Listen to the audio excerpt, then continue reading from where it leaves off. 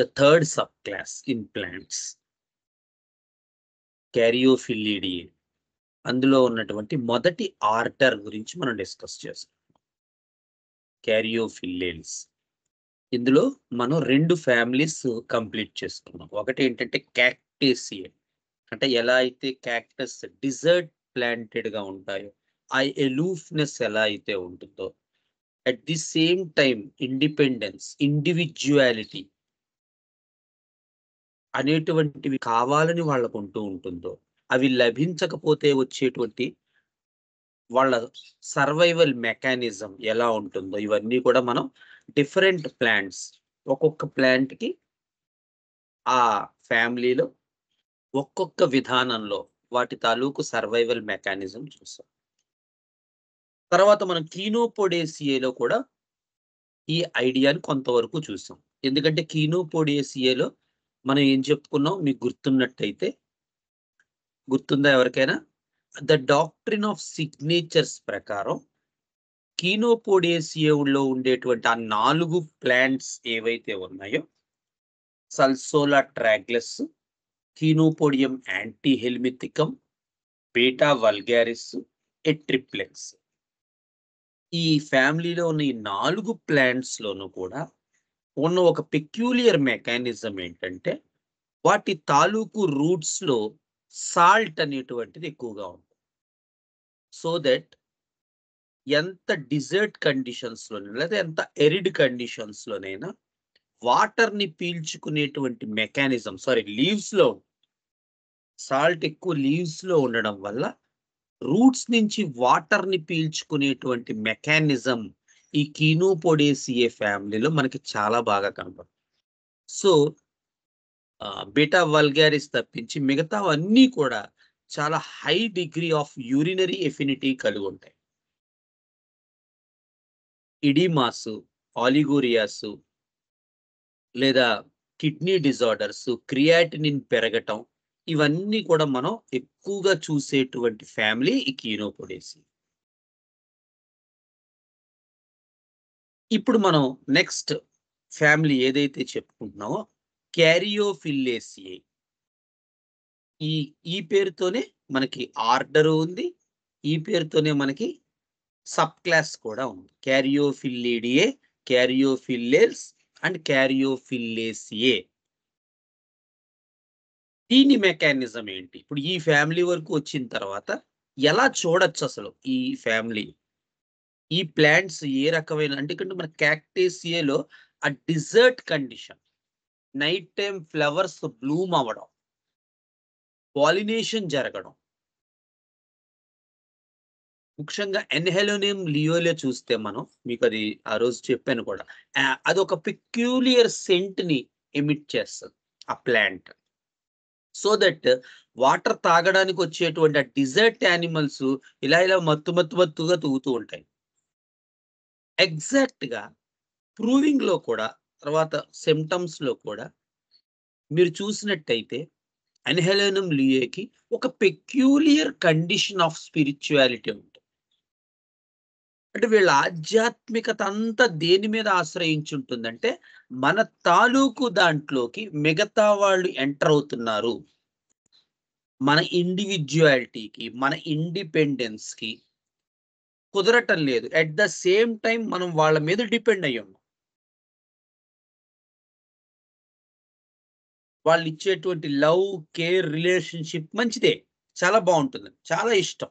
But at the same time, at one point of time, అది నన్ను ఇంకెదగనివ్వట్లేదా, నా పని నన్ను చేసుకోనివ్వట్లేదా, నాకంటూ కావాల్సినవి లేవా, ఇంకా ఇంత మరీ ఇబ్బందా, అది ఇంత మరీ టార్చరా, అందులోంచి పుట్టేటువంటి స్పిరిచువాలిటీలో మనకి ఎన్హెలోనియం లియో ఇండికేట్ అవుతుంది. So the spirituality of Anhalonium leo is a kind of survival mechanism to escape from their particular loss of independence or the need of independence. ఏదైతే వాళ్ళు కావాలనుకుంటున్నారో అది లభించట్లేదు కాబట్టి, అవకాశం లేదు కాబట్టి, ఆధ్యాత్మికత అనేటువంటి ప్రపంచంలోకి వెళ్ళి ఆ ఫ్యాంటసీని ఎంజాయ్ చేస్తారు. మనం అక్కడ ఎగ్జాక్ట్ ఆ టెండెన్సీ ఏదైతే ఉందో అది మనం ఆ మొక్క దగ్గర చూసి ఒక peculiar form of scent emit చేసి ఒక వేరే ప్రపంచంలోకి ఆ యానిమల్స్‌ని తీసుకెళ్తాయి. తద్వారా యానిమల్స్ ఇంక దాన్ని తినకుండా వెళ్ళిపోతాయి.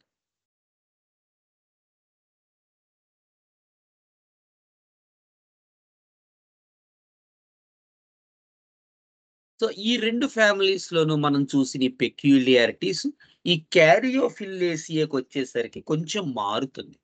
ఇవి డెజర్ట్ ప్లాంట్స్ కాదు ఫస్ట్. కొంచెం arid climates, difficult climates, different environments, different surroundings వస్తే ఈ మొక్కలు చాలా ఇబ్బంది పడతాయి.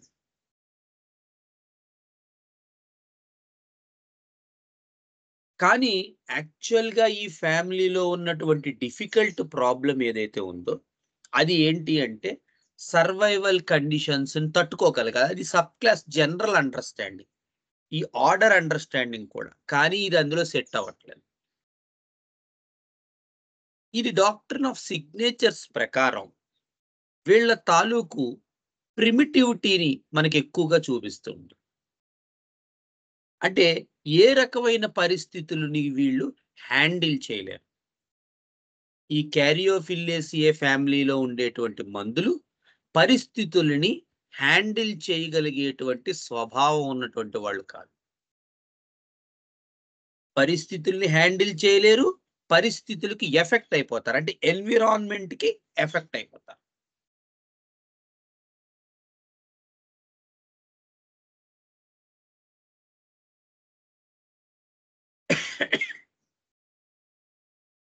ఎన్విరాన్మెంట్‌కి ఎక్కువ ఎఫెక్ట్ అవ్వడం అనేటువంటిది ఈ మొక్కలకు ఉన్నటువంటి ప్రత్యేకమైనటువంటి లక్షణం. సో, మనం ఈ సబ్ క్లాస్ ఐడియాకి వచ్చిన తర్వాత ఒకవేళ కింగ్డమ్ ఐడియా వచ్చి, ఈ సబ్ క్లాస్ ఐడియాకొచ్చాక వీళ్ళు గనక చాలా ప్రిమిటివ్‌గా కనపడి పేషెంట్స్ పరిస్థితులకి ఎక్కువగా లొంగిపోతూ పరిస్థితుల్ని డీల్ చేయలేక ఇబ్బంది పడుతూ ఉన్నట్టయితే మనం ఈ ఫ్యామిలీస్‌కి సంబంధించినటువంటి మెడిసిన్స్ ఆలోచించాలి. అందుకని ఈ ఫ్యామిలీలో మనకు కనిపించేటువంటి అతి ముఖ్యమైనటువంటి లక్షణం ఏంటి అంటే వీళ్ళ తాలూకు మూడ్ స్వింగ్స్.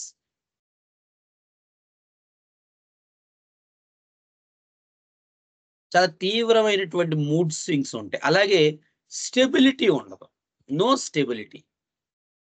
రాసుకోవచ్చు మీరు. ఇవి 2 కూడా ఈ ఫ్యామిలీలో మనకు కనపడుతుంటాయి. ప్రతి మెడిసిన్‌లోను.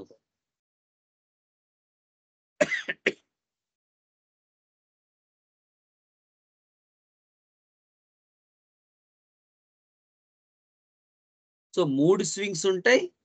At the same time stability ఉండదు. ఎందుకంటే వాళ్ళ దగ్గర ఒక సబ్‌స్టెన్స్ సరిగ్గా లేదు. అదే కదా ఫస్టే చెప్పుకున్నాం. వీళ్ళు డిఫికల్ట్ క్లైమేట్స్‌ని తట్టుకునేటువంటి స్వభావం ఉన్నవాళ్ళు కాదు.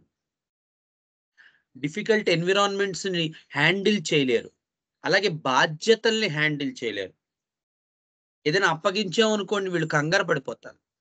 ఏమయ్యా నువ్వు వెళ్లి బ్యాంక్‌లో ఈ కొంచెం డబ్బులు కట్టిరా అని వీడికి చెప్పావనుకోండి.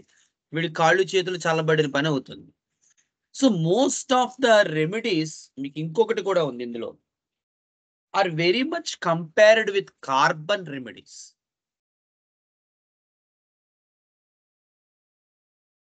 గ్రాఫైటిస్, కాల్కేరియా కార్బ్, కార్బోవెజ్ ఈ రెమెడీస్‌లో ఉండేటువంటి ఒక పెక్యూలియర్ మడ్డుతనం, ఓ స్లోనెస్, ఓ లాంగ్వర్ మనకి ఈ థర్డ్ సబ్ క్లాస్‌లో ఉన్న క్యారియోఫిల్లేసియే రెమెడీస్‌లో కనపడుతూ ఉంటుంది. చాలా చిత్రంగా.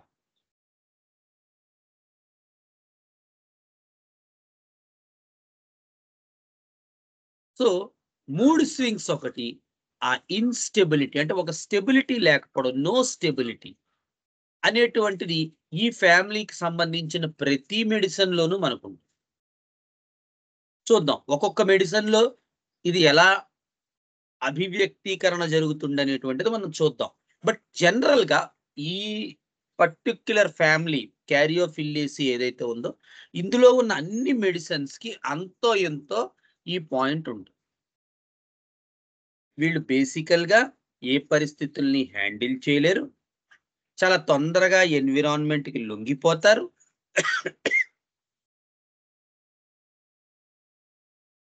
వీళ్ళలో చాలా ఎక్కువగా మూడ్ స్వింగ్స్ కనబడుతూ ఉంటాయి. అండ్ ఫైనల్‌గా వీళ్ళకి ఒక దాని మీద స్టేబుల్‌గా ఉండలేరు. స్టెబిలిటీ ఉండదు.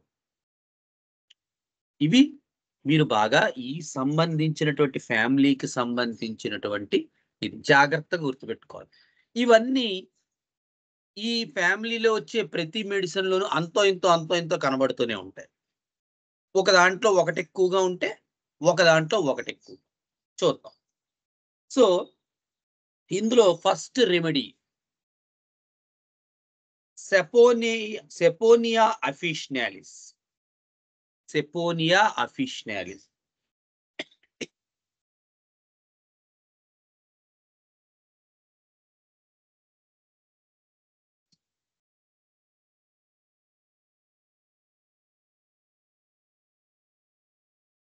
ఈ సెపోనియా అఫిషినాలిస్ అనే మొక్కకి కామన్ నేము సోప్ వార్డ్ అంటారు దీన్ని.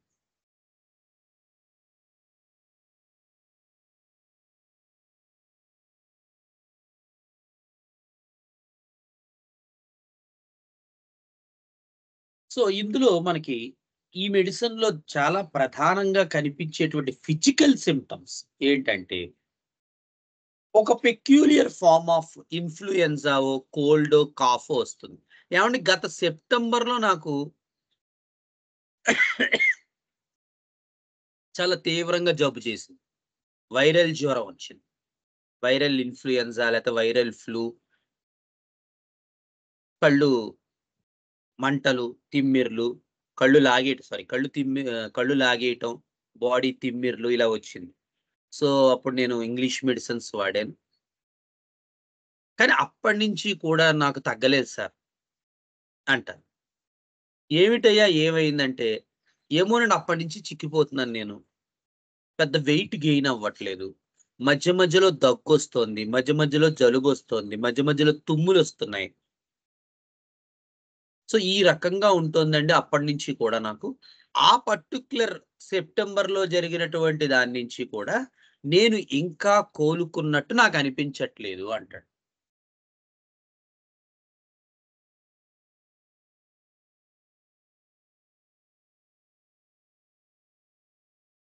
ఇదొక స్ట్రాంగ్ పాయింట్. సెపోనియా అఫిషినాలిస్.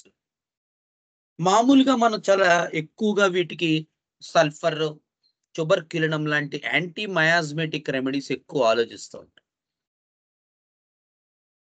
కానీ బేసికల్‌గా ఈ సెపోనియా అఫిషినాలిస్‌కి ప్రూవింగ్స్‌లో చాలా ఇంపార్టెంట్‌గా ఈ రకమైనటువంటి ఫిజికల్ సింప్టమ్స్ విపరీతంగా కనిపించాయి. కొన్ని కొన్ని రేర్ రెమెడీస్ అవి పెద్దగా వాడకపోవడం వల్ల వాటి ఎఫినిటీ చాలా వరకు మరుగున పడిపోయింది.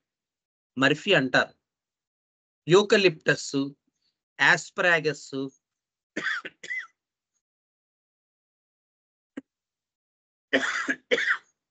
ఇవి చాలా ఇంపార్టెంట్ రెమెడీస్.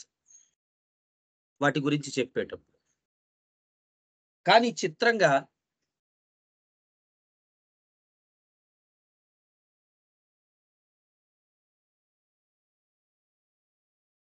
వాటికి చాలా మంచి ప్రూవింగ్స్ ఉన్నప్పటికీ కూడా, వెల్ ప్రూవ్డ్ రెమెడీస్ అయినప్పటికీ కూడా, వాటిని సరైనటువంటి మాస్టర్స్ వాటిని మనకి అప్లికేషన్ పార్ట్ మనకి సరిగ్గా ఎవరో ఆ టైప్ ఆఫ్ గ్రేట్ మాస్టర్స్ వాటిని టేకప్ చేయకపోవటం వల్ల అవి అంతగా వెలుగులోకి రాలేదు అంటారు. సో, అలాంటి వాటిల్లో నా ఉద్దేశంకి ఈ సెపోనియా అఫిషినాలిస్ కూడా ఒక రెమెడీ. ఎందుకంటే దీనికి మెంటల్ సింప్టమ్స్ బలంగా ఉన్నాయి. ఫిజికల్ సింప్టమ్స్ బలంగా ఉన్నాయి. సో, మెంటల్స్‌లో మనం చూసినట్టయితే ప్రూవింగ్‌లో విపరీతంగా వచ్చినటువంటి symptom delusion under a strong influence, ఏదో బలమైన శక్తి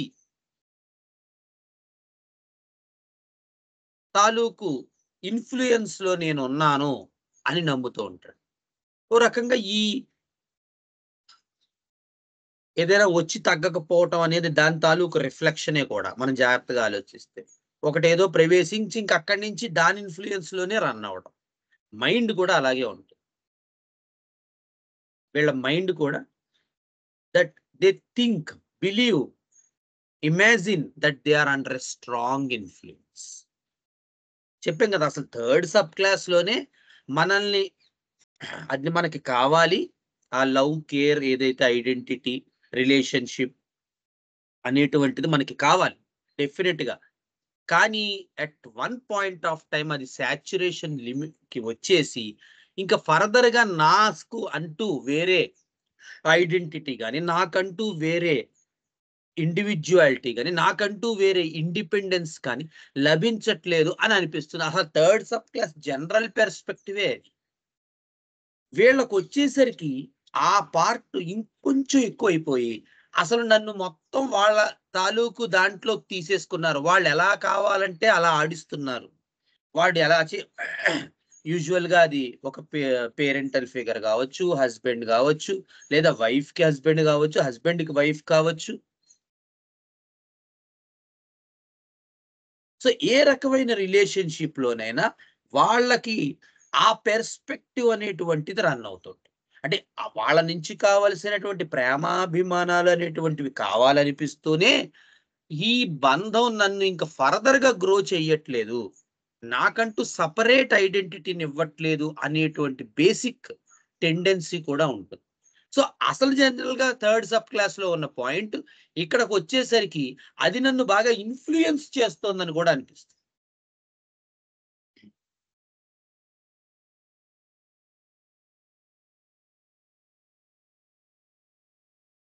కానీ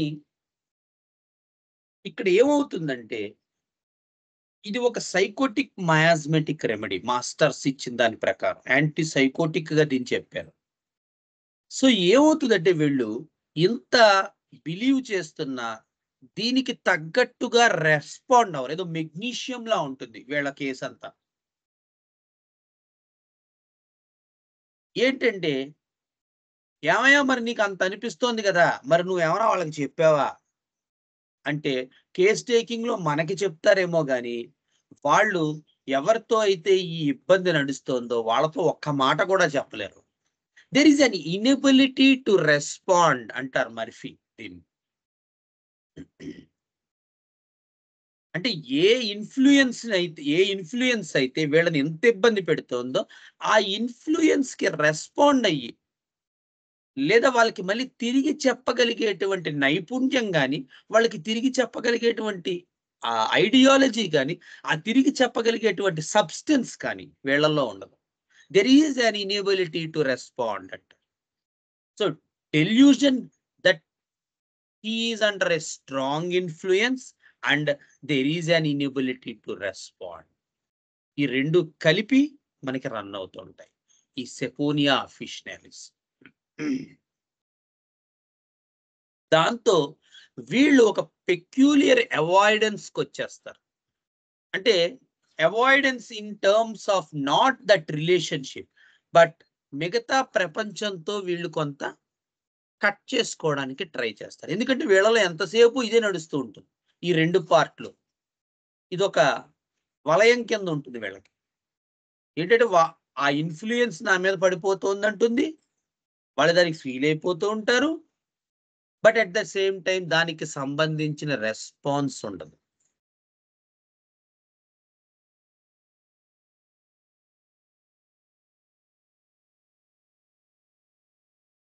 సో ప్యాథలాజికల్ ఫార్మ్స్ లో కొన్ని ఏళ్లు పోయేసరికి స్లోగా వీళ్ళు డిప్రెషన్ అని,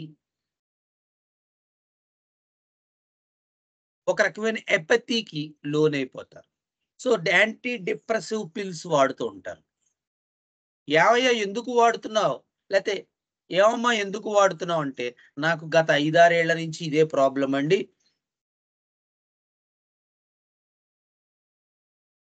సైకాలజిస్ట్ దగ్గరికి వెళ్తే డిప్రెషన్ అని డయాగ్నోస్ చేశారు, మాత్రలు ఇచ్చారంట.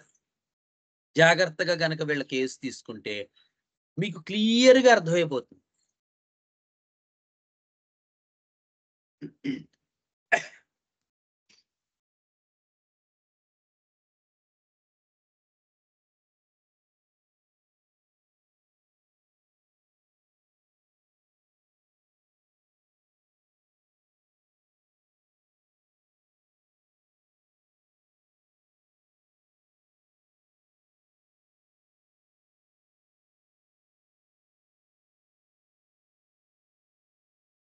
సో ఏ పార్ట్ అయితే వీళ్ళని స్ట్రాంగ్ ఇన్‌ఫ్లూయెన్స్ చేస్తోందో, ఏ ఇమాజినేషన్ అయితే నేను చాలా స్ట్రాంగ్ ఇన్‌ఫ్లూయెన్స్‌లో ఉన్నాను, ఇంక ఫర్దర్‌గా నాకు గ్రోత్ లేదు అని అనిపిస్తోందో, ఆ పార్ట్‌కి రెస్పాండ్ కాలేకపోతున్నారో, ఆ పార్ట్ వల్ల ఇబ్బంది పడుతున్నారో, లేదా ఆ పాత్ర వల్ల ఇబ్బంది పడుతున్నారో, దాంతో వీళ్ళకి అక్కడి నుంచి ఈ రకమైనటువంటి డిప్రెషను, ఈ రకమైనటువంటి ఒక రకమైన ఎపథీ, అంటే దేనితోనూ వీళ్ళు ఆహ్, కమ్యూనికేట్ అవ్వలేరు. ఎవరితోనూ కమ్యూనికేట్ అవ్వలేరు. దేనితోనూ కమ్యూనికేట్ అవ్వలేరు. అలాగే స్లీపీనెస్, వీళ్ళకి ఎప్పుడు పొద్దంతా కూడా నిద్రొస్తూ ఉంటుంది. మధ్యాహ్నం నిద్రొస్తుంది. సాయంత్రం ఎప్పుడు పడుకుంటే అప్పుడు నిద్రొచ్చేస్తుంది.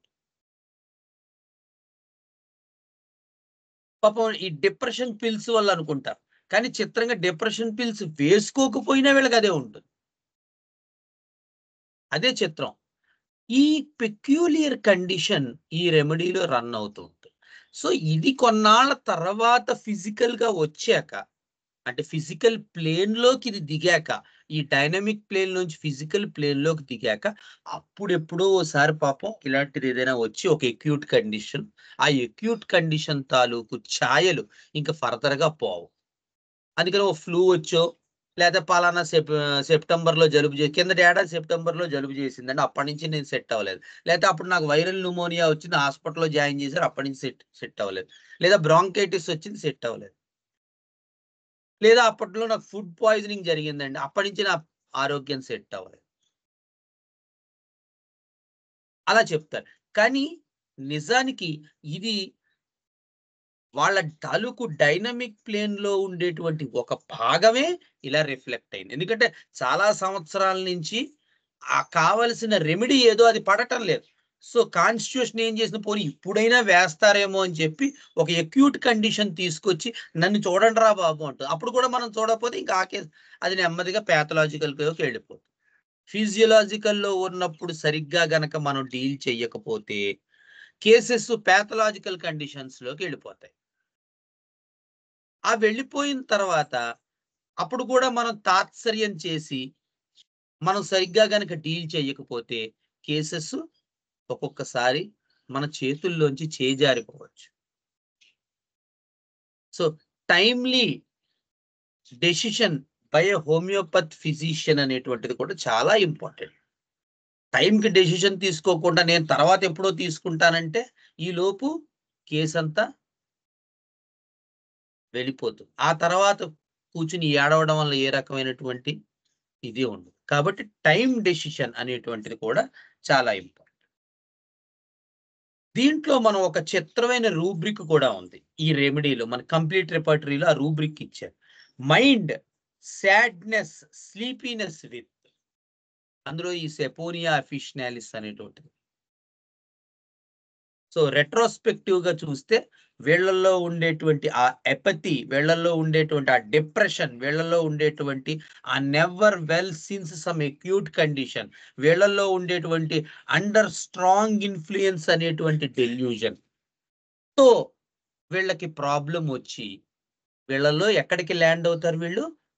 స్లోగా వీళ్ళు మైండ్ అనేటువంటిది ఒక విచారగ్రస్తమైనటువంటి పరిస్థితికి చేరుకుంటుంది. చేరుకొని ఇంక ఫర్దర్‌గా పాపం ఎప్పుడు నిద్రపోతూ ఉంటారు.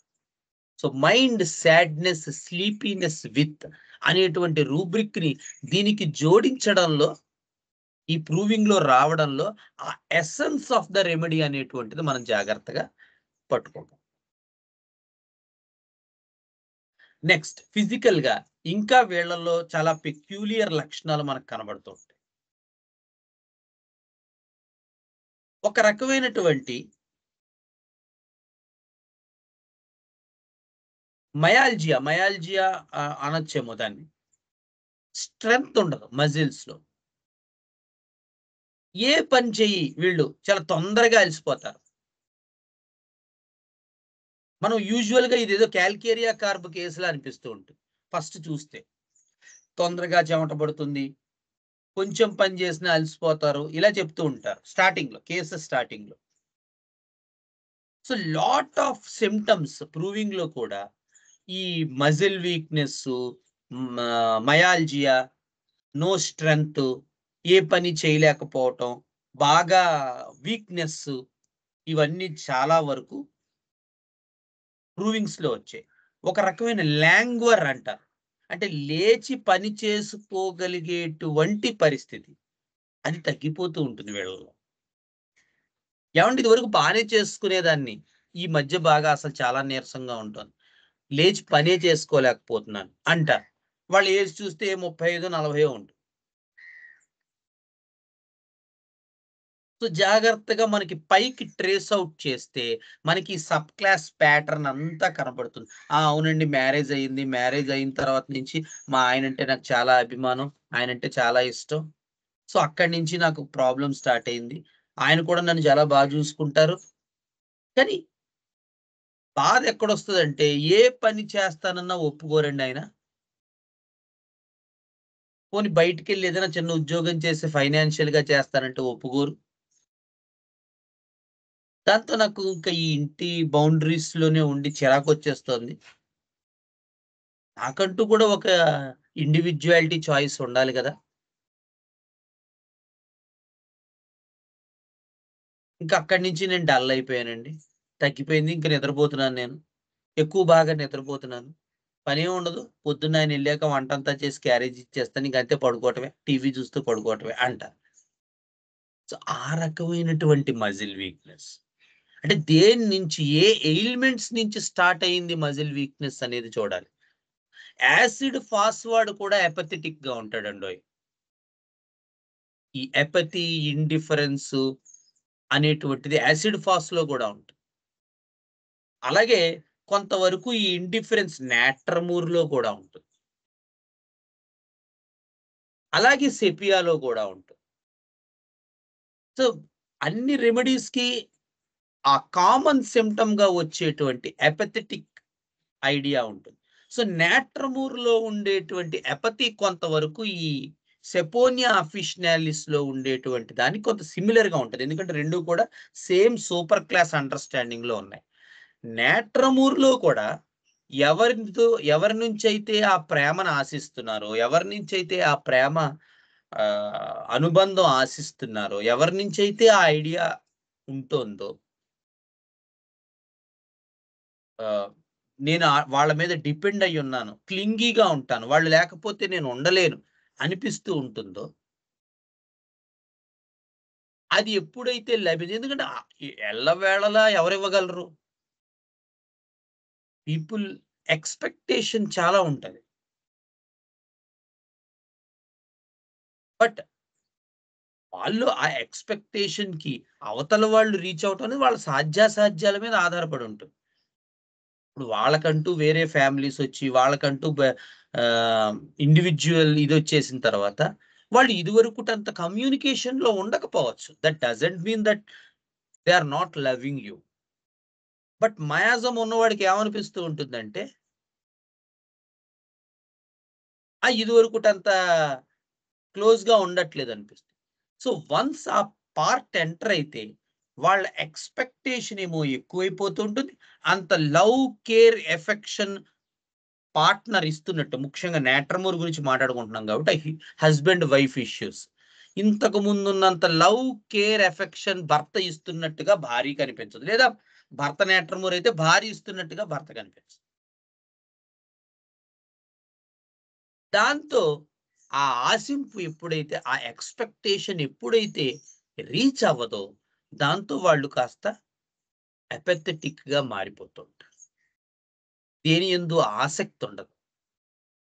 ఇది కొన్ని ఏళ్ల తర్వాత రన్ అయితే అప్పుడు మనకి ఆ నేట్రమూర్‌లో కనిపించే ఆ మ్యారీడ్ మ్యాన్ మీద అని మనకి బుక్స్‌లో ఇచ్చినటువంటి సింప్టమ్ అప్పుడు కనిపిస్తుంది.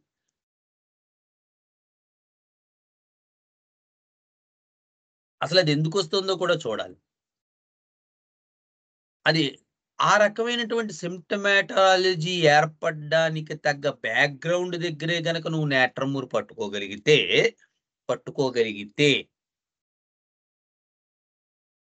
ఆ సింప్టమ్ అసలు ఎస్టాబ్లిషే అవ్వదు. సో, ఆ కాంట్రాడిక్షన్ రన్ అవుతూ ఉంటుంది. ఎందుకంటే హస్బెండ్ అంటే చాలా ఇష్టం. హస్బెండ్ లేనిదే జీవితం లేదు. హస్బెండ్ కానీ ఇతన్ని నమ్మచ్చా? ఇటు రోజు రాత్రి కొంచెం లేట్‌గా వస్తున్నారు. క్లినిక్ అయిన వెంటనే 8కి అయిపోద్ది. 8:30కి రావాలిగా. 10కి ఎందుకొస్తున్నారు?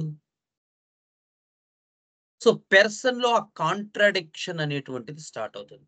కాసేపేమో అవుననిపిస్తుంది. కాసేపు ప్రేమించాలనిపిస్తుంది. కాసేపేమో నమ్మొద్దనిపిస్తుంది. Because of muriatic. సో, ఎప్పుడు ఈ కాంట్రాడిక్షన్‌లో రన్ అవుతూ ఉంటారు మ్యాట్రిమోని పర్సన్స్. అదే మనం సెపియా తీసుకుందాం అనుకోండి. సో, వీళ్ళు బేసికల్‌గా ఫస్ట్ నుంచి కూడా they are interested in outgoing things. అంటే ఇంట్లో ఉంటే లేదా ఇండివిడ్యువాలిటీ లేకపోతే they are persons with some substance. They are not primitive. అలాంటి మనిషి, అలాంటి వ్యక్తి పరిస్థితుల వల్ల ఇంట్లోనే ఉండాల్సొస్తోందనుకోండి. Then you can see the apathy and indifference of Sepia. అప్పుడు చూస్తాం. Along with a strong desire to escape from this thing.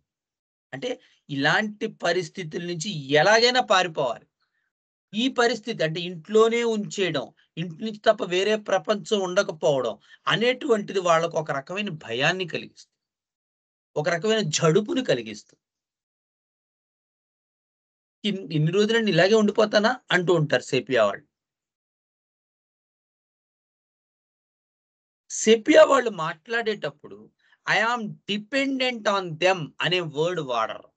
అదే మీరు నేట్రమూర్ గాని, వర్డ్ రెమెడీస్ కానీ, సబ్ క్లాస్ కానీ అడినారు అంటే ఖచ్చితంగా థర్డ్ సూపర్ క్లాస్ అండర్‌స్టాండింగ్ వల్ల I am dependent on them అంట. సార్ దాన్నే సెల్ఫ్ లిమిటింగ్ అని చెప్పారు. సెల్ఫ్ లిమిటేషన్ అని చెప్పారు సార్.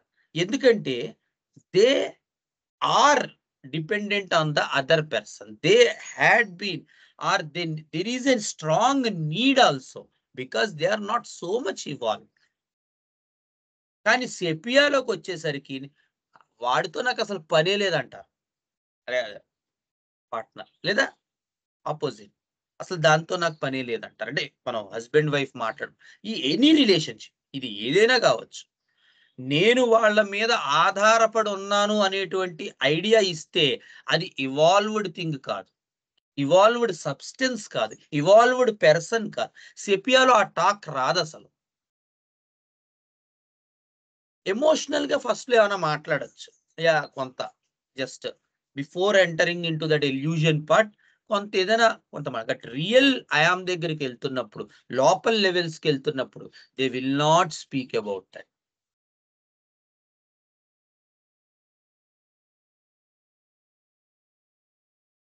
సో, ఆ ఎపథీ, ఆ ఇండిఫరెన్స్ వేరు. ఎందుకంటే పరిస్థితుల వల్ల మనం లోపలుండిపోయాం. లేదా ఇంటర్నల్‌గా ఇండోర్స్ ఉండిపోయాం. లేదా గ్రోత్ లేకపోయింది. దాంతో కలిగేటువంటి ఇండిఫరెన్స్, దాంతో కలిగేటువంటి apathy and it will be with a strong idea of anger, sarcasm. అందుకే సెపియాలో మెంటల్స్‌లో మీరు చూస్తే ఈ ఇండిఫరెన్స్, ఎపథీ ఉంటాయి. తీవ్రమైనటువంటి కోపం, తీవ్రమైనటువంటి మాట తోలడం. దాన్నేదో వర్డ్ అంటారబ్బా! స్టాయికల్ ఏదో సంథింగ్ మర్చిపోయాను ఆ వర్డ్. సూపర్ వర్డ్ అది. మెటిరా మిడకల్ ఆయన వాడింది. ఆ వర్డ్ ఎవరైనా ఉంటే పెట్టొచ్చు. తర్వాత చూద్దాం. సో, ఆ ఐడియా ఉంటది సెపియా. యాసిడ్ ఫాస్‌లో ఎపథీ, ఇండిఫరెన్స్ ఎందుకుంటాయంటే, acid phos comes from phosphorus. A strong communication, strong bonding, strong need for relationship, strong need for friendliness, strong thing which will give you the identity back. So ఆ పర్సన్‌తో అనుబంధం నన్ను నాకు పరిచయం చేసిందండి.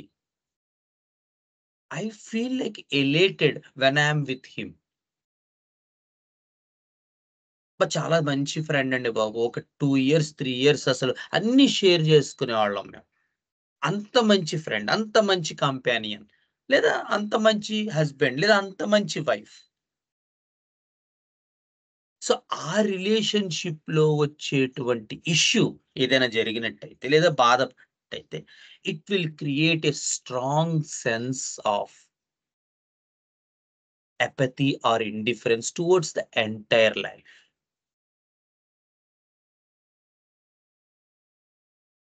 So అలాంటి relationship ఏదో ఇబ్బందొచ్చింది. ఇంక అక్కడి నుంచి వాళ్ళు మామూలుగా ఉండలేరు. అబ్బా! ఇద్దరం ఒక కంచం, ఒక మంచం అనుకున్నట్టుగా తిరిగామండి. ఆ తర్వాత సమ్ రీజన్ ఏవో చిన్న స్పర్ధలొచ్చాయి. అండ్ అక్కడి నుంచి కంప్లీట్ అపోజిట్. అపథీ, ఇండిఫరెన్స్, తాగాలనిపించదు, తినాలనిపించదు, ఆకలి వేయదు. Because I lost that thing. అది యాసిడ్ ఫాస్ట్. అందుకే ముందు మెంటల్ వీక్‌నెస్ వచ్చి తర్వాత ఫిజికల్ వీక్‌నెస్ వస్తుందంటారు. ఇదే ఐడియా. ఎందుకంటే ఒక స్ట్రాంగ్ సెన్స్ ఆఫ్ సిట్యుయేషన్ జరిగి, అక్కడి నుంచి ఇంతకు ముందు ఏ ఆనందం అయితే ఆ కంపానియన్‌షిప్‌లో పొందారో, ఇన్ ఇన్ రియాలిటీ ఆ కంపానియన్‌షిప్ నా ఐడెంటిటీని నాకు పరిచయం చేసిందో, నేను హ్యాపీగా ఉన్నా. నేనేంటో నాకు తెలిసింది.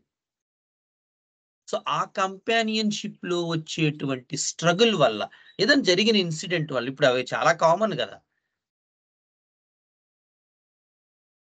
సో ఆ తర్వాత నుంచి a strong sense of apathy, a strong sense of indifference. అటువంటి కండిషన్స్‌లో వచ్చేటువంటి ఎపథీ, ఇండిఫరెన్స్. ఆ ఎపథీ, ఇండిఫరెన్స్ కాదు ఈ సెపోనియా ఆఫిషినాలిస్‌లో వచ్చేది.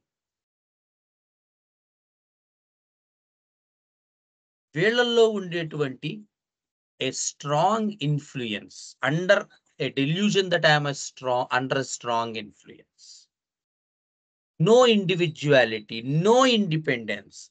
I am getting the idea, the care, nourishment, but how much I should do that for that? నేనే కాంప్రమైజ్ అవుతూ ఉండడమా?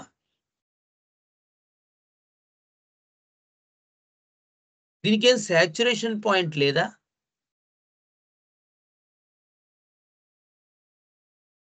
ఇలాంటి ఆలోచనలతో వచ్చేటువంటిది కొన్నాళ్ళు నడిచిన తర్వాత they are unable to respond. పాపం అది కూడా ఉంటుంది. పోనీ దీన్ని నోరు తెరిచి చెప్పలేరు వాళ్ళతోటి. ఆ అపోజిట్ వాళ్ళతోటి.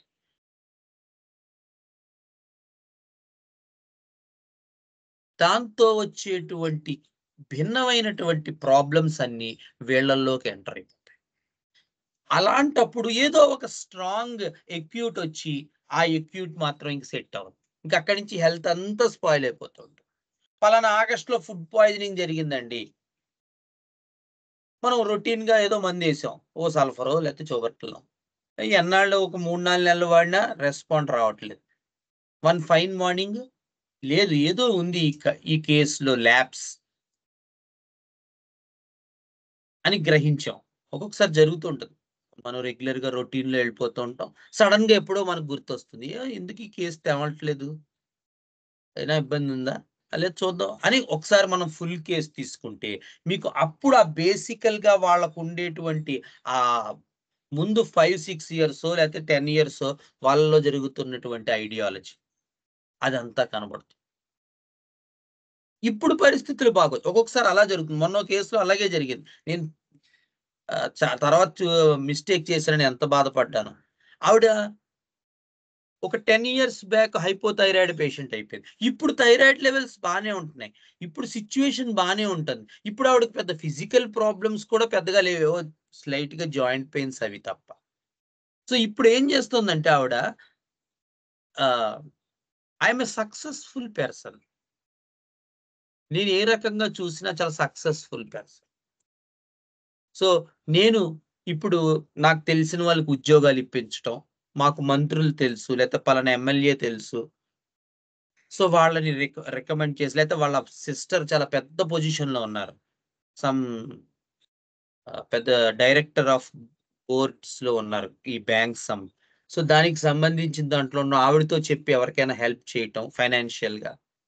ఇలాంటివన్నీ చేస్తున్నారు. సో మోస్ట్ పార్ట్ అదే చెప్పుకుంటూ వచ్చింది. సో వేరే ఏరియా అడగడానికి ఆవిడకేమి అటువంటివి ఐడియా లేవు. సో ఇమ్మీడియేట్‌గా నేనేం చెప్పాను అంటే ఆహ్, ని నిఖిల్ అనేటువంటి రెమెడీ, నికోలమ్ మెట్ అనేటువంటి రెమెడీ ఇచ్చేసాను. అయితే అనుకోకుండా నెక్స్ట్ రోజు కొంచెం ఖాళీగా ఉండటం వల్ల ఒక 1 అవర్ ఆ కేస్ గనుక నేను రెట్రోస్పెక్టివ్‌గా ఆలోచించాను. అరె! ఏం జరిగింది? చూస్తే ఈవిడకి హైపోథైరాయిడ్ స్టార్ట్ అయ్యేటప్పటికి ఉన్నటువంటి ఐడియా ఏంటి? అసలు అదెందుకు తీసుకోలేదు మనం? యాక్చువల్‌గా అది కదా కాన్సంట్రేట్ చేయాలి. సో అక్కడికొచ్చేసరికి ఏమైందంటే, అది కూడా కేస్‌లో రాసాను నేను. బట్ ఆవిడ ఫోకస్ అంతా దీని మీద చెప్పడం వల్ల నా బుర్రంతా ఇటుపోయింది. కానీ యాక్చువల్‌గా ఏం జరిగింది? At the time of pathology develop అయ్యే టైంకి ఆవిడ ఎట్లా ఉన్నారు? సో అప్పటికి చాలా ఫైనాన్షియల్ ఇన్‌స్టెబిలిటీ ఉంది. హస్బెండ్‌కి జాబ్ లేదు. ఏవో బిజినెస్‌లు చేశారు. ఆ బిజినెస్‌లు కూడా సక్సెస్ అవ్వలేదు. ఏవో చిన్న చితకా ఉద్యోగాలుండేవి. జాయింట్ ఫ్యామిలీలో ఉన్నారు. సో ఇప్పటికి కూడా ఆఫ్‌కోర్స్ ఇన్‌లాస్ కొంతవరకు చూసుకుంటున్నప్పటికీ no growth at all. No success at all. No security at all. రేపు మన పిల్లల పరిస్థితి ఏంటి? వాళ్ళ ఆర్థికంగా వాళ్ళు నిలబడగలరా? సో ఇవన్నీ ఉన్నాయి. ఇవన్నీ నేను రాసాను. కానీ ఇవన్నీ చూడలేకపోయాను. ఏదైతే ఆవిడ ఫోకస్ చేసిందో అదే చూడగలిగాను. ఆవిడ వీటి గురించి ఎక్కువగా 2, 3 ఎగ్జాంపుల్స్ చెప్పడం. నేను ఈ చార్జ్ తీసుకుంటానండి. వాళ్ళకి హెల్ప్ చేస్తాను. ఇతరుల డ్యూటీ నా చేతుల్లోకి తీసుకొని ఇవన్నీ చెప్పడం వల్ల మన prejudice of the remedy, prejudice of the patient అటేపు వెళ్ళిపోయాయి. ఇలా మిస్టేక్స్ జరుగుతాయి. దేవుడి దయ వల్ల పక్కన రాసి అట్టే పెట్టాను. నెక్స్ట్ టైమ్ వచ్చినప్పుడు ఏమివ్వాలి. సో ఇలాంటివి జరుగుతాయి. ఎందుకంటే ఇది ఎందుకు చెప్తున్నానంటే, సో మనం ఒక అక్యూట్ కండిషన్ వచ్చి దానికి సంబంధించిన వైద్యమే చేసుకుంటున్నాం అనుకోండి. సో ఏ ఫౌండేషన్ మీద అసలు ఈ acute setup of symptoms develop అయ్యాయి అనేటువంటిది చూడడం మర్చిపోతాం. సో అట్లాంటివి చేయకూడదు. ఇలాంటి మిస్టేక్స్ మన నుంచి జరగకూడదు. సో మొన్న కూడా చెప్పాను. స్ట్రాంగ్ కేస్ షీట్ అనేటువంటిది చాలా ఇంపార్టెంట్.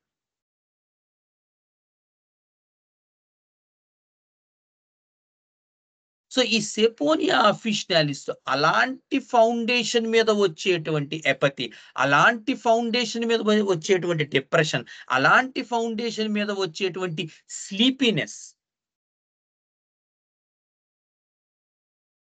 ఇక్కడ మనకి థర్డ్ సబ్ క్లాస్ అండర్‌స్టాండింగ్ ఉండి అప్పుడు ఇవి డెవలప్ అవుతాయి.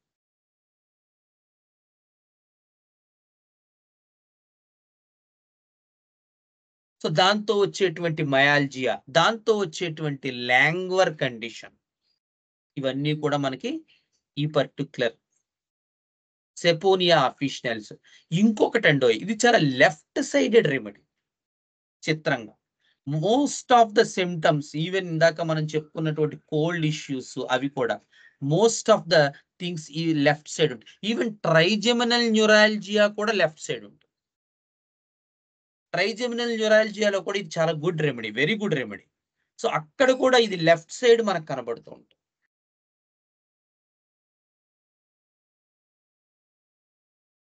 నెక్స్ట్ మెంటల్ సింప్టమ్స్‌లో గనక మీరు చూసినట్టయితే ఇందాక చెప్పుకున్నటువంటి ఎపటీ, ఇండిఫరెన్స్, అట్టర్ ఎపథీ. ఒక్కొక్కసారి ఎంత అపాథెటిక్‌గా ఉంటారంటే వీళ్ళు ఫెయిల్యూర్ స్టేట్‌లో గనక మనకు కనిపించినట్టయితే they are very indifferent even to their pain and even to the death. అంత ఇండిఫరెన్స్ లోకి వెళ్ళిపోతారు స్ట్రాంగ్ నెమ్మదిగా. They are very indifferent to their pain and even to the death. అంత స్ట్రాంగ్ ఇండిఫరెన్స్ వచ్చేస్తుంది ఒకానొక స్టేట్ వచ్చేసరికి, ఇది ఇలా నడుస్తూ ఉండేసరికి.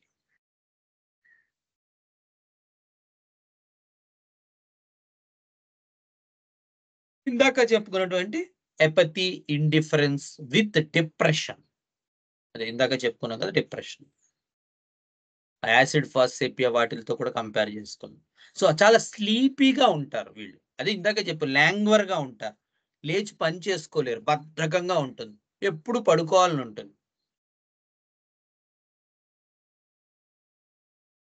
Next, a set of flu, cold and cough. అంటే ఫ్లూ, జలుబు, దగ్గు, జ్వరం వచ్చి చాలా రోజులు సఫర్ అయ్యి ఆ తర్వాత ఇబ్బంది పడి అలాంటి కండిషన్ లోను కూడా ఈ సపోనియా అఫిషియనాలిస్ ఇండికేట్ రియల్ ఫ్లూలో కూడా వస్తుంది. అంటే నిజంగా వచ్చినటువంటి ఫ్లూ, జలుబు చేసింది, దగ్గు వస్తోంది, ఒళ్ళంతా నొప్పులు, పులపరం, చలేస్తోంది, దాహంగా ఉంది, చాలా వరకు ఇది బ్రయోనియాలో ఉంటుంది. బద్ధకంగా ఉంటారు, ఎక్కువ నిద్రపోతూ ఉంటారు, పిలిస్తే సరేలే అంటారు. కానీ వీళ్ళల్లో బ్రయోనియాలో ఉండేటువంటి ఆ ఇరిటబిలిటీ వెన్ డిస్టర్బ్డ్ అనే లక్షణం ఉండదు.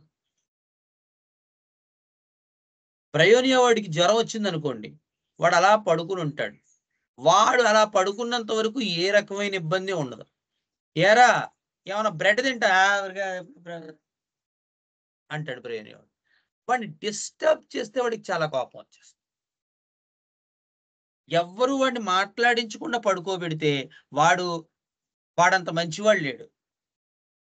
కానీ వాడిని ఏదైనా కదిలించామా, ఏదైనా మాటలు అడిగామా, ఎలా ఉందని అడిగామా, వాడి కోపం వచ్చేస్తుంది. కానీ ఈ సెపోనియా అఫిషియనాలిస్ లో మిగతా సిమ్టమ్స్ అన్ని బ్రయోనియాలో ఉంటాయి, కానీ స్లోగా ఆన్సెట్ అవుతుంది, జలుబు చేస్తుంది, ఒళ్ళంతా నొప్పులుగా ఉంటాయి, జ్వరంగా ఉంటుంది, దగ్గు వస్తూ ఉంటుంది, నోరు ఆరిపోతున్నట్టుగా ఉంటుంది, బద్ధకంగా పడుకోవాలని ఉంటుంది, అస్తమాను మంచినీళ్ళు తాగుతూ ఉంటారు. ఈ మిగతావన్నీ బానే ఉంటాయి, కానీ ఆ బ్రయోనియాలో ఉండే ఆ ఇరిటబిలిటీ వీళ్ళు. నెక్స్ట్, మోర్ ఓవర్ వీడు లెఫ్ట్ సైడెడ్ కంప్లైంట్స్ చెప్తాడు. అది ఒకటి. యూజువల్ గా ఈవెన్ ఫ్లూలో కూడా వీళ్ళు మోస్ట్లీ లెఫ్ట్ సైడెడ్ కంప్లైంట్స్ చెప్తారు. అంటే ఎడమ ముక్కు బ్లాక్ అవుతోందండి, ఇదంతా లాగేస్తున్నట్టు ఉంటుందండి, గొంతు నొప్పి కూడా ఎడం వైపు ఉందండి, ఇలా చెప్తారు. ఈవెన్ ఫ్లూలో కూడా మామూలుగా ఫిజికల్ కంప్లైంట్స్ కూడా వీళ్ళకి లెఫ్ట్ సైడే ఉంటాయి క్రానికల్ గా. ఎక్యూట్ సెటాలజీలో వచ్చేటువంటి సిమ్టమ్స్ కూడా వీళ్ళకి లేదా లెఫ్ట్ టాన్సిల్ వాస్తుంది, లెఫ్ట్ ఎడినాయిడ్ కనబడుతూ ఉంటుంది, లేదా ఎడమ జబ్బ నొప్పి అంటారు వీళ్ళు, లేదా అలా కూడా చెప్తారు. మనం స్పైజీలియా చితకొడేస్తూ ఉంటాం, తర్వాత ఎప్పుడో తెలుస్తుంది, అరెరే మన ఫుల్ కేస్ కనుక అప్పుడు ఇలా అంతా చూసి ఈ రకమైన మెంటల్ సెటప్, ఆ డిప్రెషన్, ఈ never well, influence under strong control, individuality, independence లేకపోవటం, లవ్, కేర్, నరిష్మెంట్ వల్ల వచ్చేటువంటి ఇబ్బందులు, ఇవన్నీ చూసి అప్పుడు మనం అర్థం చేసుకుని సెపోనియా అఫిషియనాలిస్ చేస్తే వాడి తగ్గుతుంది. సో అలాంటి ఒకానొక హైయెస్ట్ ఇంపార్టెన్స్ కలిగి ఉన్నటువంటి రెమెడీ ఈ సెపోనియా అఫిషియనాలిస్ అనేటువంటి రెమెడీ. సో ఇది ఈ పర్టిక్యులర్, అంటే ఇవి రేర్ రెమెడీస్ కాబట్టి పెద్దగా మనం అనుకోవద్దండోయ్. మీరు గనక వాడడం మొదలెడితే ఇదే ఒక బ్రహ్మాండమైన రెమెడీ అవుతుంది. కెంట్ రాస్తారు, every doctor, every homeopathy physician should have his own repertory and materia అంటారు కెంట్. చూడండి, ఎందుకంటే అంతలా స్వాగతించారు వాళ్ళు. అతిగా నువ్వేదో కొత్తగా నేర్చుకుంటానంటే అబ్బబ్బబ్బే అస్సల అనకూడదు.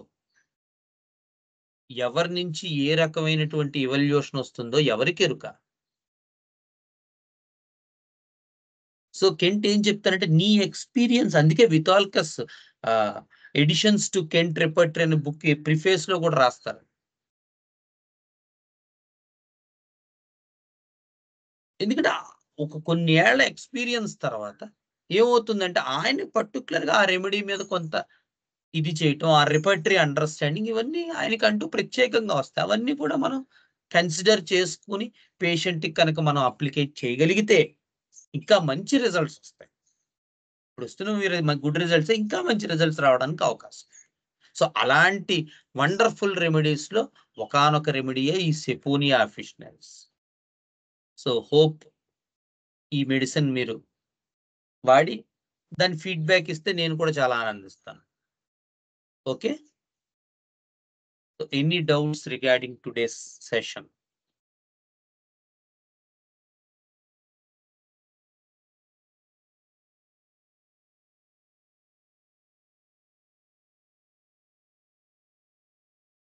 No doubts.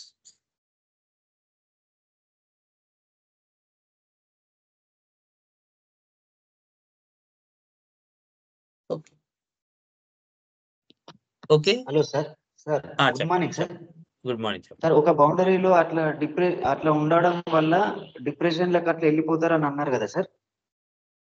సేమ్ క్యాక్టస్‌లో కూడా ఇదే పాయింట్ చెప్పుకున్నాం కదా సార్. అవును. కానీ క్యాక్టస్‌లో వాళ్ళు చాలా ఎలూఫ్‌గా మారిపోతారు. చాలా అవాయిడెన్స్‌గా ఉంటారు. అంటే వాళ్ళు ఎవరితోనూ కలవలేరు. ఎవరితోనూ మాట్లాడరు. చెప్పాను కదా! క్యాక్టస్ పర్సన్ ఎలా ఉంటాడు? ఏవండీ మీ ఆయన గురించి ఏదైనా 4 ముక్కలు చెప్పండి అంటే, మా పెళ్ళై 30 ఏళ్ళు అయిందండి. మా ఆయన గురించి నాకేం తెలీదంటున్నారు. ఈవెన్ సోషలైజేషన్ చాలా ఇబ్బంది. అంటే మొత్తం రోజులో ఒక 4 మాటలు మాట్లాడతాడు వాడు. లేదా కరెక్ట్‌గా భోజనం టైంకొచ్చి ఆ ప్లేట్ ముందు కూర్చుంటాడు. అదే సోషలైజేషన్ వాడి ఉద్దేశంలో. సో, క్యాక్టస్ అండర్‌స్టాండింగ్ ఏంటంటే, వాళ్ళు ఆ పర్టిక్యులర్ కండిషన్‌లో ఎలూఫ్‌గా మారిపోతారు. ఒంటరిగా ఉండిపోతారు. సో, ఇక్కడ ఐడియా ఏంటంటే, ఎలూఫ్‌గా మారడం కాదు. ఒక రకమైన అవాయిడెన్స్. ఎందుకంటే, వాడు దాని వల్ల బాధపడుతున్నాడని వాడికి తెలుసు. అది నన్ను చాలా స్ట్రాంగ్‌గా ఇన్‌ఫ్లూయెన్స్ చేస్తోందని తెలుసు. కానీ రెస్పాండ్ అవ్వగలిగేటువంటి అవకాశం ఉండదు. వాడిలో నిజం చెప్పాలంటే అది అందుకని మన క్యాక్టస్ టైఫాయిడ్ మయాజంలో ఇచ్చుంటారు నేను అనుకోవటం. ఎందుకంటే వాళ్ళు they had an effort. Cactus దగ్గర కూర్చొని వాళ్ళకి ఎఫర్ట్ ఉంది. అందుకని వాళ్ళు ఆ పర్టిక్యులర్ కండిషన్‌లో ఏ రకంగా డీల్ చేయాలనేటువంటి ఆ ఇదిని వాళ్ళు ఆహ్, నేర్చుకుంటారు. అందుకని వాళ్ళు ఎప్పుడు ఒంటరిగా ఉంటారు. ఎవరితోనూ కలవరు. ఎవరితోనూ సోషలైజ్ అవ్వరు. కానీ వీళ్ళకసలు ఎలా హ్యాండిల్ చేయాలో తెలీదు. ఆ హ్యాండిల్ చేయాలో తెలియకపోవడం వల్ల ఏంటంటే లోపలికి అణుచుకుంటారు తప్ప, వీళ్ళు బయటికి ఏమీ వ్యక్తపరచలేరు. ఏవమ్మా నీ వల్ల నాకు ప్రాబ్లమ్‌గా ఉంది. లేతే బాబు నీ వల్ల నాకు ప్రాబ్లమ్‌గా ఉంది. నువ్వు చూపించే ప్రేమ అది బానే ఉంటుంది గానీ, నాకంటూ కూడా కొంత ఐడెంటిటీ ఉంటుంది గదా! దాన్నెందుకు కన్సిడర్ చెయ్యవు? వాడికి సంబంధించినవి కూడా వీడే కొనేస్తాడు. అయితే ఈవిడకి సంబంధించిన పర్స్ వీడే తెచ్చేస్తాడు. లేదా చీర కావాలంటే, ఆ చీర కావాలా నేనే ఎళ్లి తెచ్చేస్తానంటాడు. మరి నా ఐడెంటిటీ మా మా ఆయన చాలా మంచివారండి. కానీ వాడేదో సినిమాలో చెప్తాడు చూడు, నా గేమ్ కూడా నువ్వే ఆడేస్తున్నావు అంటాడు. అలా ఉంటుంది వీడితోటి. సో, ఇక్కడ ప్రాబ్లమ్ వచ్చేసరికి అలా అని పోనీ కూర్చొని దాన్ని వ్యక్తపరచలేరు. అది చిత్రం. ఇప్పుడు నాకు ఈ ప్రాబ్లమ్ ఉంది. బాబు నాకు నీతో ఈ ప్రాబ్లమ్ ఉంది అని చెప్పలేరు. ఇది నడుస్తుంది వీళ్ళలో చాలా రోజులు. దాంతో సాడ్‌నెస్, దాంతో అపథీ, దాంతో ఇండిఫరెన్స్, దాంతో డిప్రెషన్, దాంతో కొన్ని సంవత్సరాలు అయ్యేసరికి ఏదైనా ఒక చిన్న జబ్బు చేసి అక్కడి నుంచి ఇంకెప్పటికి బాగోదు. అలాగే ఉంటారు వాళ్ళు. సార్ అలా సేమ్ పాయింట్ ఇప్పుడు మీరన్నది చూడండి సార్ ఇట్లా తనయన్నీ ఈయననే తీసుకొస్తున్నాడని. సేమ్ అల్యూమినియం సిలికేట్ కాంపౌండ్స్ ఒకసారి మీరు హోమియో బ్రదర్‌హుడ్‌లో చెప్పిర్రు సార్ ఇది. దానికి దీనికి డిఫరెన్స్ ఎట్లా సార్? కాదు. మీరు నేనన్నది అలా తీసుకొస్తారన్నది ఇంపార్టెంట్ పాయింట్ కాదు. తీసుకొచ్చినప్పుడు వీళ్ళకేమవుతుందనేది ఇంపార్టెంట్. అంటే అక్కడ తీసు కూడా ఆ! తన ఐడెంటిటీని లాస్ అయితున్నాడు కదా సార్. కరెక్ట్. అల్యూమినా సిలికేటా దగ్గరికి వచ్చేసరికి ఆ అండర్‌స్టాండింగ్ సెన్సిటివ్ పార్ట్‌లో ఉండదు. అంటే అది మోర్ ఆఫ్ ఇచ్చిపుచ్చుకునే ధోరణిలో ఉంటుంది. ఇప్పుడు అల్యూమినాలో సిలికేటాలో ఒకే రోలో ఉన్న 2 రెమెడీస్ కలుస్తున్నాయి. అందుకని సిలికా తాలూకు తన వీక్‌నెస్‌ని హైడ్ చేసుకోవటం. అంటే నేను సరిగ్గా మాట్లాడలేను. ఎగ్జాంపుల్ సెమినార్స్‌లో మాట్లాడలేను. సో, సెమినార్‌లో మాట్లాడలేను కాబట్టి నేను నా తాలూకు వీక్‌నెస్‌ని వీలైనంత వరకు హైడ్ చేస్తాను. ఇప్పుడు కాదు నెక్స్ట్ టైమ్ మాట్లాడతాను అంటాను. ఒక రకమైన avoidance. At the same time alumina కూడా దాంట్లో జాయిన్ అవ్వటం వల్ల ఆ ఐడియా ఆఫ్ కన్‌ఫ్యూజన్ ఉంటుంది. అంటే ఐడెంటిటీ తాలూకు కన్‌ఫ్యూజన్ ఉంటుంది. వాడికి కావాల్సింది వాడికి తెలుసు.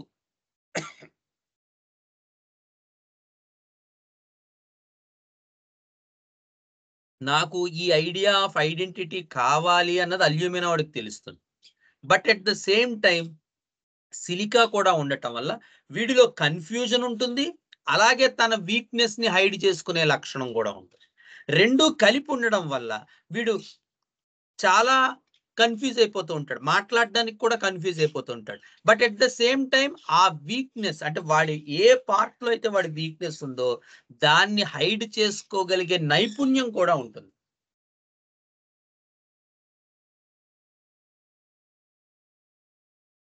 Okay sir. Okay. Thank you sir. అంటే మీరు ఎలా ఆలోచించాలంటే, అక్కడ జరుగుతున్నటువంటి ఇన్సిడెంట్ కాదు మనకి ముఖ్యం.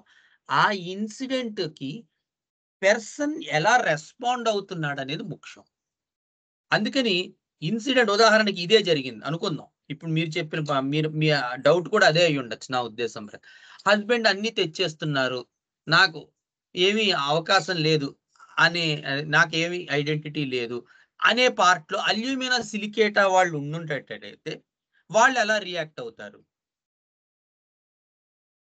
మీ డౌట్ అది అయ్యుండొచ్చని నేను అనుకుంటున్నాను. సో, ఇక్కడ మనం అర్థం చేసుకున్నట్టయితే అల్యూమినాలో కన్‌ఫ్యూజన్ ఉంటుంది. అంటే ఇప్పుడు నేను చెప్పాలా వద్దా మా ఆయనకి? నిజమే. ఇప్పుడు ఆయనే అన్నీ చేసేస్తూ ఉండడం వల్ల నాకు ఇబ్బందిగా ఉంది. కానీ ఈ విషయం నేను ఆయనకి చెప్పాలా వద్దా? అమ్మో! చెప్తే దీనికి చాలా పొగరనుకుంటారేమో! చెప్పకపోతే ఆ విషయం తెలీదు గదా! పోనీ చెప్దాం వద్దులే, వద్దులే. ఈ కన్‌ఫ్యూజన్ రన్ అవుతూ ఉంటుంది వాళ్ళలో. అంటే whether to act or enact. Whether to act or withheld. ఆ రకమైనటువంటి కన్‌ఫ్యూజన్ రన్ అవుతుంది. అదే చెప్పాను. ఇది మోర్ ఆఫ్ మినరల్ అండర్‌స్టాండింగ్‌లోకెళ్తుంది. అంటే the idea of companionship. The idea of ah, my issue. ఇది నేనెలా హ్యాండిల్ చేయాలి? కానీ ఇప్పుడు మీరు ఇందాక చెప్పుకున్న సెపోనియాలోకొచ్చేసరికి ఇది సెన్సిటివ్ ఇష్యూ. దానివల్ల నేను ఎఫెక్ట్ అవుతున్నా. దానివల్ల నేను ఇబ్బంది పడుతున్నా. కానీ అల్యూమినా సిలికేట్ నేనెలా రెస్పాండ్ అవ్వాలి? నేనెలా హ్యాండిల్ చేయాలి? అనేటువంటి వాళ్ళకి ఇంపార్టెంట్ అవుతుంది.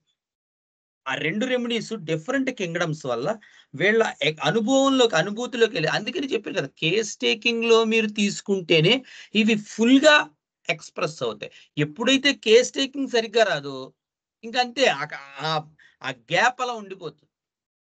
ఎందుకంటే అది సెన్సిటివ్ అండర్‌స్టాండింగా, సర్వైవల్ అండర్‌స్టాండింగా, స్ట్రక్చరల్ అండర్‌స్టాండింగా మనకు తెలియకపోతే, ఆ పెర్సన్ ఏ కింగ్డమ్ నుంచొచ్చాడో మనకు ఐడియా ఉండదు. కింగ్డమ్ నుంచి ఐడియా ఉండదో, వాడు ఏ రకమైన మనిషో మనకు తెలీదు. పైకి చూసే దాని మీద మనం మందులిస్తాం అంతే. అవి కొన్ని తగులుతాయి, కొన్ని తగలవు. ఇప్పుడు కాంపెన్సేషన్ లేదనుకోండి. మీరు నక్స్వామికని ఈజీగా పట్టుకోగలరు. అంటే ఉదాహరణకి ఏవండీ నిన్న ఓ పేషెంట్ చెప్పాడు. అంటే ఎగ్జాంపుల్ చెప్తున్నాను కాంపెన్సేషన్.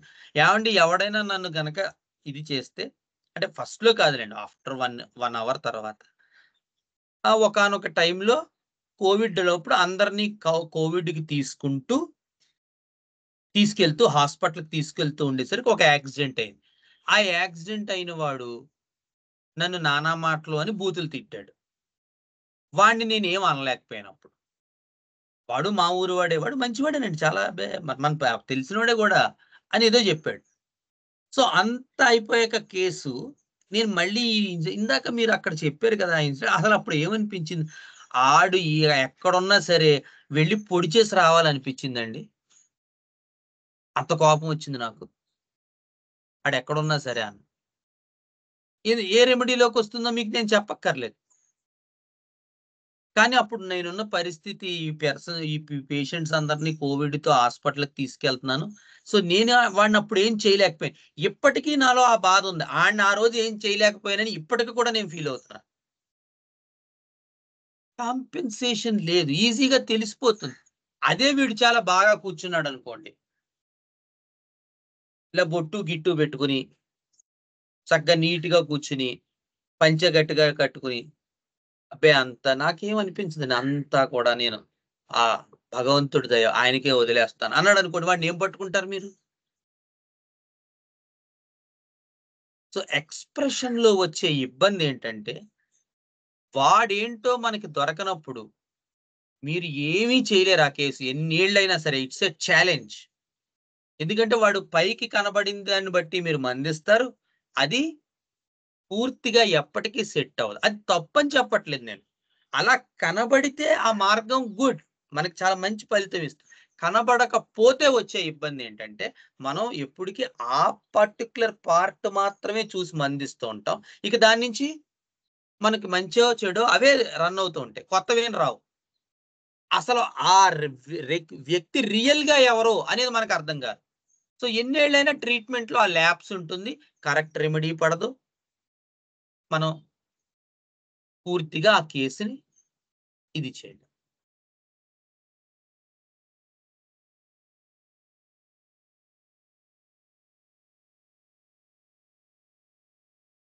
ఓకేనా sir? Okay sir. Thank you sir.